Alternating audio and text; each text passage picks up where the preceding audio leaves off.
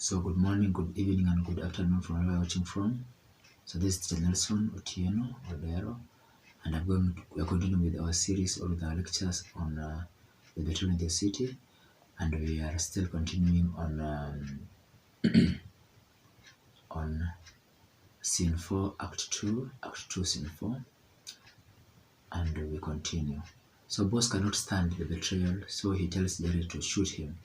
Jerry tells Boss that their interest is not to see human blood, but to provide a mirror for Kafira to reflect the real faces of Kafira front men. He says that they must also learn to sacrifice themselves for a better future. Osese says that the achievement is largely because of the inefficiency of Tumbo. Jerry gives Boss the gun that he can shoot him.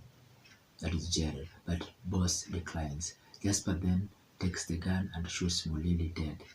He says that he did it for Kafira. Before the play ends, the ghosts of Daga and Nina enter the stage. Mulili's death seems to have appeased Daga and Nina. So also on that, I'm going to give you some questions in the handout, which you're going to do. They're around 22 questions. There are about 22 questions for you to handle. So we continue with the summary, and so we are doing the themes of Betrayal in the City. Theme number 1, betrayal. That is the major theme. Even it was in the title, Betrayal in the City. So betrayal is the act of being disloyal or being deceitful towards someone. It's about going against the trust that someone has on another. The head of state in Kafira, that is Boss, has betrayed the people's trust in him. He is supposed to protect the country's sovereignty by creating job opportunities for his subjects, but instead he has facilitated the influx of expatriate personnel into the country.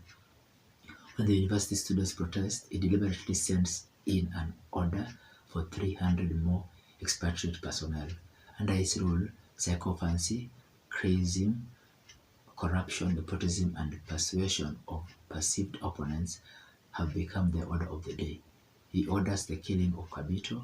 He is also responsible for the death of Daga, Doga, and Nina, as well as the arrest of Mosese. Askari says, "We calculated that 2 mature strokes would ease the tension. It worked perfectly." This is where the research stations come in. That can be seen clearly on page 19. Appointments are not on the same theme of betrayal. Appointments are not based on merit. According to Tumbo, membership of the entertainment committee is based on the appointees' unflinching loyalty to Boss, who buys loyalty by handsomely rewarding individuals. For instance, Mulili is rewarded with acres of land and grade cattle. Another incident of betrayal is when Kabito, a fellow member of the entertainment committee, is betrayed to Boss by Mulili. Mulili comes up with fictitious reasons for getting rid of Kabito. The allegations are outrageous, to say least. He says that Kabito has complained that Boss has robbed him of the milk tender. He has ruined the economy. He hides millions in foreign countries, and that he tried to get Regina by force. In fact, Mulili should be the green snake on the grass. That half referees to. By having Kabito killed, he betrays both men. Mulili betrays his colleague Jere, who gets arrested because he opposed the farmer's brutality towards Doga and Nina. Apart from his name-calling and callous nature, he gets Jere into trouble when all he wanted to do was to assist the old couple. Boss betrays the trust Regina has for him. Regina honors her meeting with Boss since she believes how the only who can secure the release of her brother Mosese. Unfortunately, Boss forcefully tries to get her, and she is forced to escape by jumping out of a 10-foot high window. Moses thinks that it will be an act of betrayal for Regina to plead for his release. Pleading to boss for mercy would mean that he is guilty, yet he is not. According to Musese, acting is tantamount to betraying their cause. He further argues that they are out of course change in Kafira, and even silence to him is a weapon. So that is the first theme, and we say the first theme is betrayal. We go to the second theme. The second theme is revenge. Many characters are seen to be involved in various actions against each other in an attempt to avenge wrongs done against them. Jasper avenges the death of his brother Adika by killing Chaga, the sub-chief's brother, the man who had apparently killed Adika, by shooting him 4 times. Jerry tells Jasper's parents that people had seen him drag the body to the river. That can be seen clearly on page 12. Jerry pleads with Mulili to allow the old couple continue with the ceremony. Mulili vehemently refuses and even imitates a priest's burial liturgy, an action that infuriates Jerry, who chases him away and even threatens to shoot him. Mulili threatens him that he shall pay for his actions, and true to his words, Jerry is put behind bars. After killing Chaga and being put behind bars, Jasper's parents are found dead in an indication that someone had further avenged the killing of Chaga. Jasper further says, I will revenge someday. That can be seen on page 33, to which we see him killing Mulili at the end of the play, who must have been involved in the killings.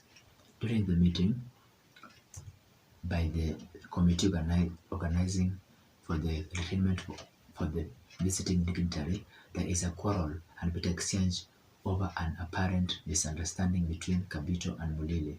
Mulili reports Kabito to boss with many false allegations, and this leads to the killing of Kabito.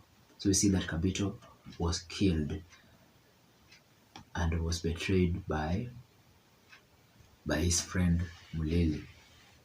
At the end of the play, Jasper is seen shooting Mulili's head. This is because Mulili is a symbol of the ills that have affected the state of Kafira.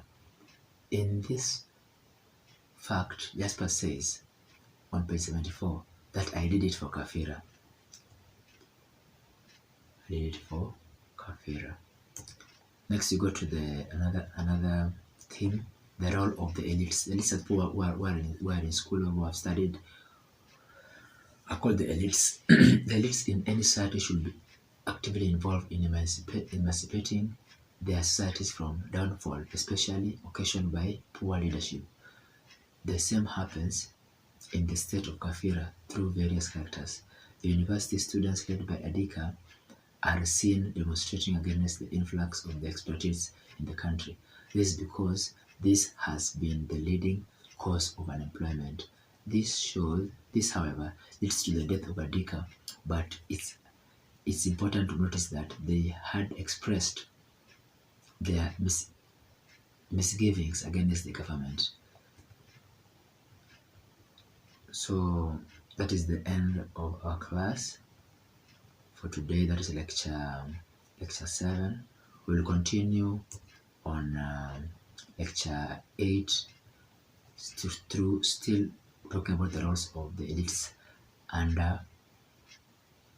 the themes that can be seen clearly in the text. So I hope you learned something in this class. So see you soon. Bye for now.